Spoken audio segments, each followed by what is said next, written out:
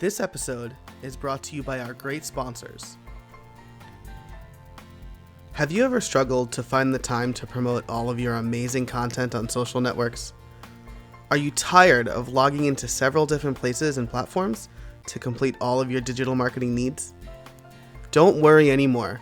Social Web Suite has got your back. Social Web Suite, the social sharing platform built for professionals by Hype Studio, will take care of all of your social media marketing needs, so all you need to do is relax and concentrate on growing your business. Start your free trial today and see what all the buzz is about. Head over to buildpodcast.net/hype for more information. That's buildpodcast.net/HYPE. And when you are ready to make the purchase, make sure to use the discount code BUILDSOMETHING and save yourself some money. How I Built It is sponsored by Liquid Web. While Liquid Web has been best known as a managed hosting company with tons of options, it has also designed a managed WordPress offering that is perfect for mission-critical sites. If you're looking for improved performance, maximized uptime, and incredible support, Liquid Web is the partner you've been looking for. Every Liquid Web managed WordPress customer also has iThemes Sync integration into their management portal, allowing them to update several sites with a single touch. If you sign up today using the discount code HowIBuiltIt33, you'll get a 33% discount for the next 6 months. Visit buildpodcast.net/liquid to get started. That's buildpodcast.net/liquid. And now, on with the show. Hey everybody, welcome to How I Built It. We are in season 2 of a podcast that asks, how did you build that? Today, my guest is Logan. Forgot to ask how you pronounce your last name. I'm going to go with Nickleson. That's right, yep. Of Music for Makers. Logan, thanks for joining me. Yeah, thanks for asking me to join the podcast. It's an honor to be here. No problem. I'm so glad you can make it. I heard about your website, Music for Makers, on the Matt Report, and immediately signed up for your email campaigns and things like that. I plan on, hopefully we are, at this point we are into season 2, so I'm going to be using your music for kind of the intros and outros and stuff like that, because it's unique, it's really good, and I'm a big fan. So why don't we jump right into it, and you tell us a little bit about yourself and how you came up with the idea for Music for Makers. Yeah, so basically the idea for Music for Makers was born out of my own needs, really. So a year to 2 years ago, I was started creating more video content, mostly for client social media work that I was doing. And, I learned that basically it's really pretty easy to get into making video now, even if you have no experience, because from, the basically you can shoot it with an iPhone and it looks remarkably good considering it came from a phone. Whether you're doing that or you're doing animations, there's a ton of free animation software out there. And then there's a host of other ways you can create video. But something a hurdle I kept encountering in that process when I was creating videos, I'd create this, final product basically, and then I would want to add a background track because I just felt like that would add kind of an extra level of polish, make it kind of a little more professional. And I kept finding that was constantly a struggle, particularly for commercial projects. Like this was client work that I was doing, so it needed to be, from a licensing standpoint, it needed to be okay to use in a commercial setting. And so I kept running into this problem and really couldn't find any good solutions that were, fitting for smaller budget projects like social media videos. And so inspired by, and those kind of familiar with the tech and web space will get this connection, but inspired by sites like Unsplash and Death to the Stock Photo, which are basically royalty-free, free sources of royalty-free photography, I decided to launch kind of the equivalent in the stock music space. And so that's kind of the genesis of the idea, was just that I was making videos and couldn't find good background music that was easily accessible and inexpensive. And so I decided to, I felt that other people probably had the same problem. So I decided to launch Music for Makers. Nice. And that's I mean, finding royalty-free media in any sense is pretty difficult. Unsplash is relatively new. I'm a big fan of that too. So most of the royalty-free music I've been using for this show in the past has been just like whatever loops are in GarageBand, and that's like not, it's not unique. It got the job done for season one, but I'm excited to start using, or I'm excited to be using this sort of stuff for season two. So is this your full-time gig? It is not. So full time by day, I am kind of a web marketer. So I do a lot of content marketing, digital copywriting, that sort of thing. So again, that's kind of where, honestly, the idea for Music for Makers was born out of work I was doing at the digital agency that I work for. So that's what I do by day. And honestly, that has been pretty helpful as I've launched Music for Makers and run the business on the side, just because a lot of a lot of what I do every day translates well to running an online business. Nice. And so that's great. You're kind of scratching your own itch. I think that's been a common thread of a lot of guests on this show, at least, and it's one that I've kind of pursued as well. And one of the things that I've learned is to talk to people, to do some research. It sounds like your full-time job kind of helps you a little bit and gives you that perspective. But did you do any kind of independent research when launching this, or was it like, I need this and I'm going to do it? Yeah. So I think initially the research, I probably wasn't even thinking of it as research, because I was looking for music to use myself. So in terms of like competitor research, I guess that's kind of what that you could call that right there, just because I was looking to see what are the other options out there. But since launching Music for Makers, obviously the research has been a lot more intentional. So still looking a lot at the industry and what other people are doing, because there are other stock music websites out there. The problem is, for most of them, they're not really small budget friendly, I guess I would say. So one song might cost you anywhere from $15 to $150 or more, depending on the quality and a lot of other things. And so anyway, so now I definitely kind of watch competition, but I'd say beyond that, just kind of some tricks, I guess, that I picked up kind of in web marketing is following the conversation online, seeing what people are talking about on Twitter or wherever, and the struggles that they're having with background tracks and that sort of thing. And so just kind of keeping tabs on that conversation. And then also, basically, when anybody signs up, so Music for Makers, part of the package, I guess, is that you can sign up for a free track every week. And so it's the free email subscription. And part of that process, when somebody signs up, is they get an email kind of introducing Music for Makers a little more thoroughly, and then also introducing myself. And in that email, I typically ask, why did you sign up for Music for Makers, basically? And a lot of people don't respond to that, but those who do, I tend to get a lot of good little nuggets from them, just understanding, what they're struggling with in relation to background music, and hearing them put that in their own words, which is incredibly valuable. And then two, how they're using the music, which is also very interesting to know, because when I got into it, I figured most people were going to be struggling with background music for videos, because that's what was happening with me personally. But what I found is, and that is a huge part of the audience that I serve, but what I found is there's quite a few podcasters as well, and then kind of a smaller number of game developers, and then random other things like web designers who want to use music in their websites and that sort of thing. But so that, honestly, that final piece of, I guess I would call that research, but just kind of talking with customers to find out why they signed up, and then ongoing kind of checking in with people to see, how they're enjoying the service. Whenever I'm planning on launching something new, checking in to see if they think that would be something they'd be interested in. So my customers are definitely a huge part of the research process. Nice. And that makes a lot of sense. And the emails, the why did you sign up email is a nice personal touch, right? That's how we linked up.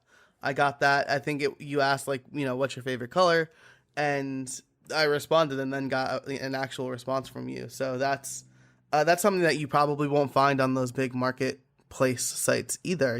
They've got like a big support team and stuff like that. So that's really cool. You're connecting with your customers, and I'm sure you're learning a lot. That's, as a developer, I kind of learned that the thing that I have in mind for the thing I build is close in some regards, but non-developers think of complete other ways to use what I do. So that's really cool. So we are about 10 minutes in right now, and there's two parts of kind of the coup de grace question that I want to ask, because on the Matt report you got into a little bit of how you built the site. And so I do want to touch on that, but I'm really interested in your process for writing music, the tools you use for making the recordings and things like that. So we'll break this down into two questions. The first we can touch on quickly, which is how did you build the website and the e-commerce piece? So now I'm using, when I first launched, it was really simple. So I've been using WordPress from day one, but initially I was basically using the Genesis framework and had kind of customized it very slightly. And it was essentially just a landing page, again, kind of, just a minimum viable product version to see if people would even sign up for this thing. So it's basically, just an email field for people to sign up, and then a few tracks to kind of give people an example of what they would receive. And so that was all it was for several months, actually, initially when I launched back in September of 2015. And I think I was just using like SoundCloud to give the tracks to people. But earlier, I guess this is going to air probably in 2017, but in early 2016 is when I transitioned over to Easy Digital Downloads, which is a plugin based, for digital, basically a digital marketplace for digital products. And so when that happened, basically that was a full site redesign because I, ended up getting a theme that was compatible with Easy Digital Downloads, and specifically one that played well with, playing audio files and that sort of thing. So that's basically the core of the site runs on WordPress and Easy Digital Downloads. And then the way Music for Makers works from a kind of pricing plan standpoint is there is, in addition to the free weekly email or the free track a week, there is like a la carte or standard pricing. So you can just buy one track, but that's typically not the most cost-effective way to go about it. But you can do that if you want.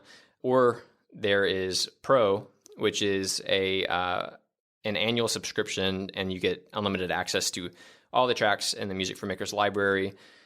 And that is actually run on Restrict Content Pro, which is made by the same developers who made Easy Digital Downloads. So those work well together.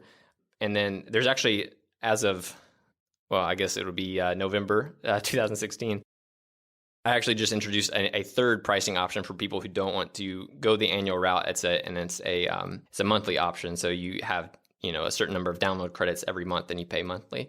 So that's also through Restrict Content Pro, and then connected to Easy Digital Downloads. So that's basically, without those core components, the site wouldn't exist as it does now. There's obviously, a range of other things I'm using to run the site. And MailChimp is pretty core to what I do as well, just because I have that weekly email going out. So, but yeah, that's pretty much it. WordPress, Easy Digital Downloads, and Restrict Content Pro are kind of my, the most important tools in my toolkit.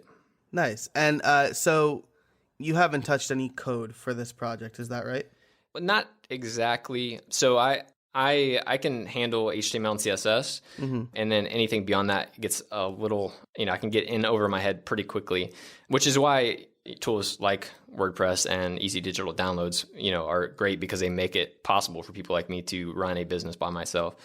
But yeah, there has, I have been, I can Google and look up code that I can then tweak. So there have been cases where I've done that just to kind of adapt things to my needs a little more.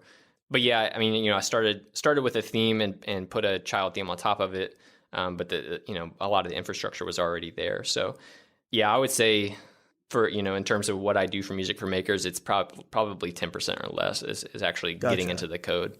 Gotcha. Cool. Very cool. That's awesome. So you've got basically a full e-commerce and subscription site with 10% or less of code, right? So, and it's mostly stylistic tweaks. So, that's a big lesson, I think, for anybody listening, is that, you don't need to code to get definitely not a minimum viable product or even a full, full on business. So with that, I would love to hear your process for A, how you make music, and B, kind of the recording process, right? Because that's something that I'm relatively new to at this point. I'm using Camtasia to record this.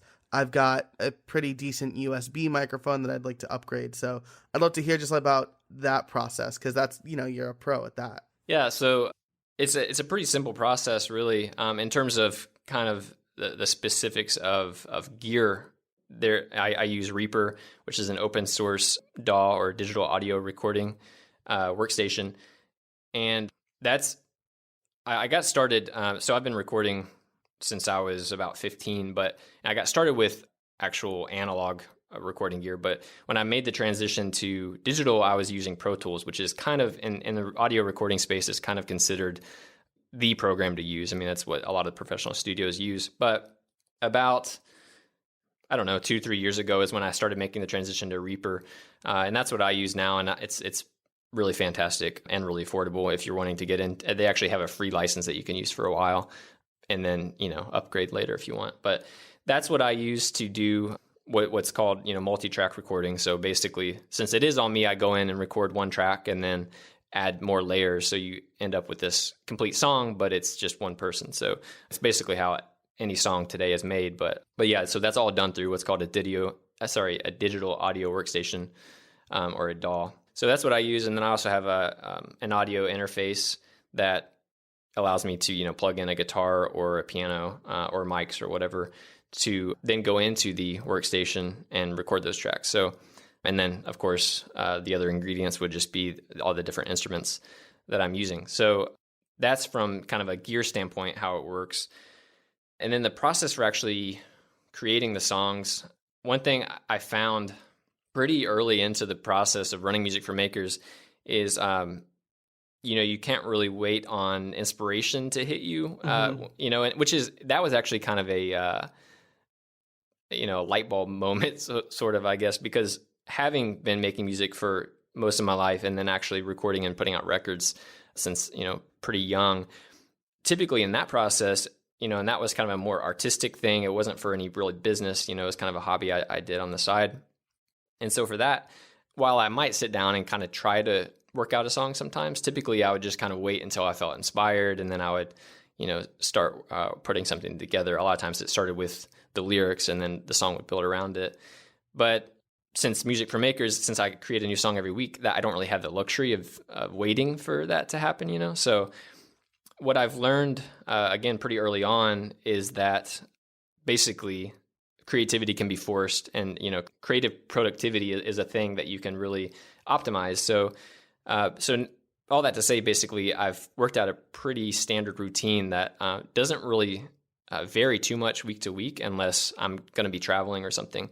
So typically what an average week looks like is on Monday is when I'll typically start the actual writing process. And sometimes, so I'm always looking for inspiration, whether it's whatever I'm watching on Netflix, listening to the score and that and getting inspired or whatever. But I'm always looking for inspiration and kind of ideas for getting started. But a lot of weeks still start out kind of blank slate. I don't know where it's going to go.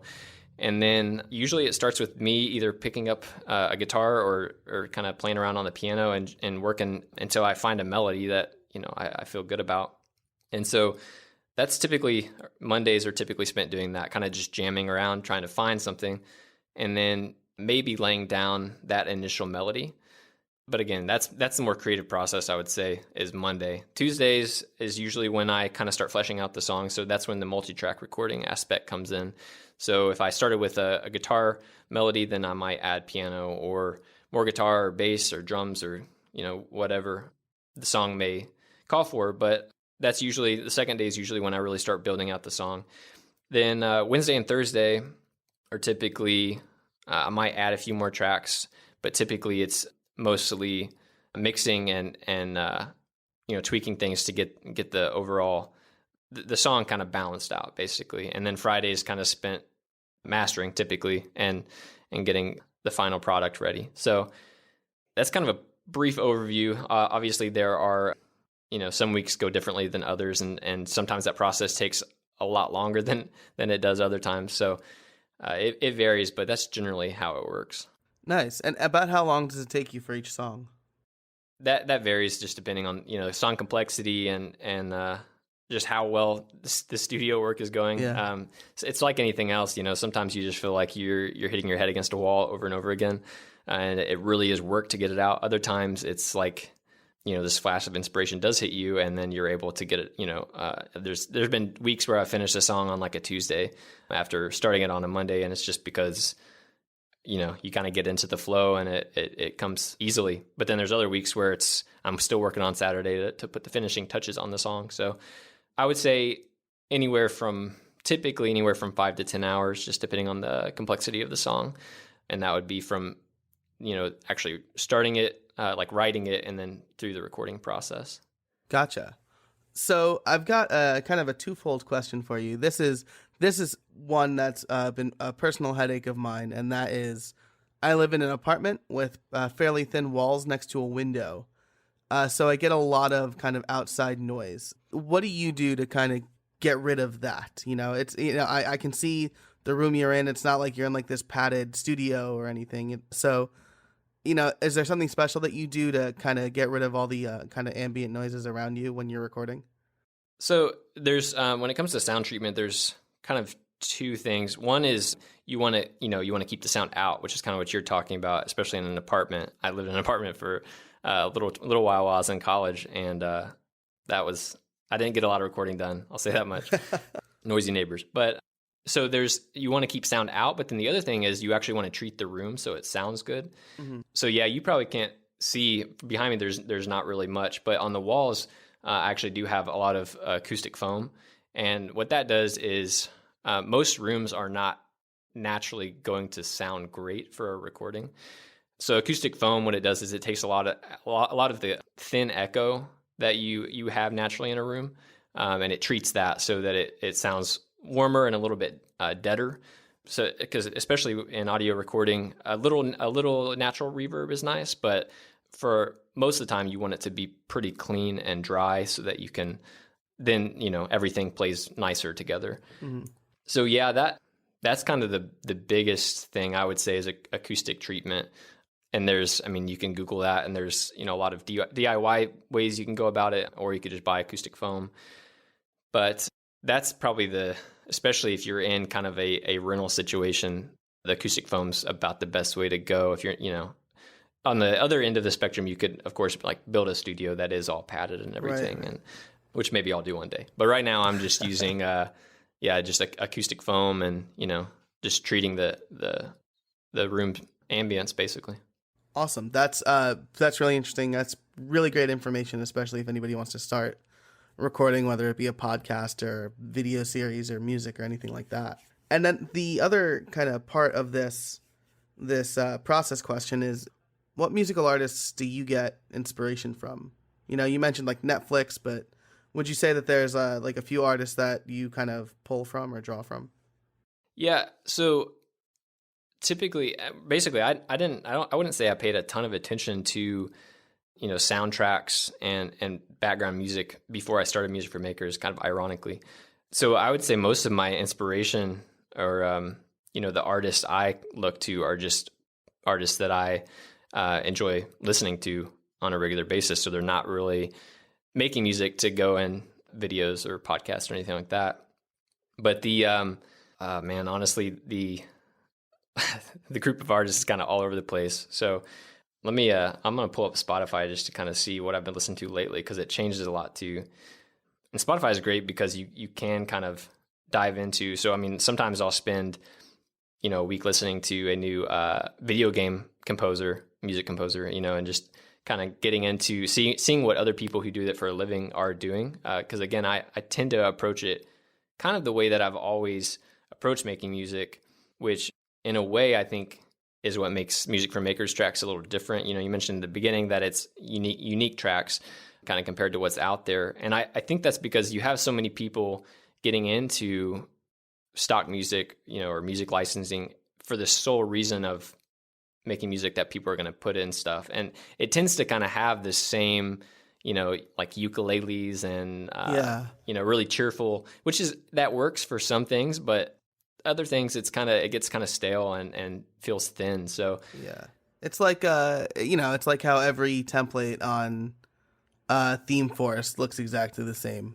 to me, at least. So yeah. So that really corporate sound, so really I've never necessarily, honestly, actually starting out Music for Makers was kind of a revolution against that sound, because I wanted it to sound real. And, again, I've been making music kind of as an independent artist for a while. And so I think it would take more effort to try to make music that sounds like that versus just making music the way I've always made it.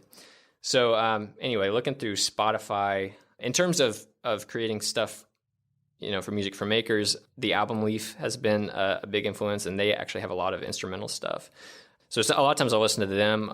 Dosh is another artist I listen to that does a lot of instrumental, because it's interesting. Before Music for Makers, all the music I made was not instrumental. It was all, I had vocals and lyrics. And so that's kind of been an interesting change. And so it's always good to listen to artists that are doing that, even, when they're not making it for video, they're not making stock music, they're just making music to listen to, but it's instrumental. So it's good to listen to that, just to hear how they arrange it and keep it interesting and coherent and everything. All Get Out, Andrew Bird, Ball Murray, it's another a great band that's instrumental as well. Blind Pilot, Iron and Wine, the list could go on and on. Nice. But basically, sorry, go ahead. Oh, I was just going to say, I'm really just looking for new instrumental music to listen to. Oh, yeah. Yeah, so, well, there are several good examples. But yeah, it's, basically there's quite a variety of artists, and, that I draw inspiration from, and which I, probably shows a little bit in the Music for Makers library. It's a pretty diverse, I'm creating all the music, and some people are usually surprised by that. And that's been one thing that's fun about Music for Makers is, when you are creating music as an artist, you build a fan base based on a particular sound. And while your fans will tolerate, you kind of evolving from record to record, for example, if one record had, 12 different sounds on each of the different tracks or whatever, is a totally different vibe, then it'd be harder to build that audience because they're expecting a certain sound, So, but Music for Makers isn't like that. And for Music for Makers, it's actually the opposite, where it's variety is a good thing, because, you might have a project that kind of needs a more somber, chill track, or you might have one that needs a lot more energy and is uplifting and that sort of thing. And so it's been fun to kind of play around with genre and mood and instruments and everything throughout the process. That's awesome. I absolutely love that, and that's very, very exciting. So we're banging up against time here, and so we've talked a little bit about the transformations during the last part, but do you have any do you have any set plans for the future? So honestly, one of the bigger things that I have been planning just recently launched, and that was the Music for Makers Plus, the monthly subscription. So from here, it's kind of a lot just about growth, really. So the plans for the future, ultimately for Music for Makers, would be that it could grow to the point that it can be providing an independent income that's decent enough that I can focus on that full time and then continue developing it and growing it. So that's kind of long-term goal. In the short term, it's really just about growth. So it's, looking for opportunities like getting on podcasts or partnering with different companies where it makes sense to just kind of get Music for Makers out and in front of more people. But really, the project has gone through several iterations since launching. And, I would say most weeks there's something I'm tweaking about it, whether, sometimes it's big, like the Plus subscription. Sometimes it's not really that noticeable to customers necessarily, but, there's always things that I'm working on. So we'll see. But yeah, in one word, the plan for the future is growth. Nice.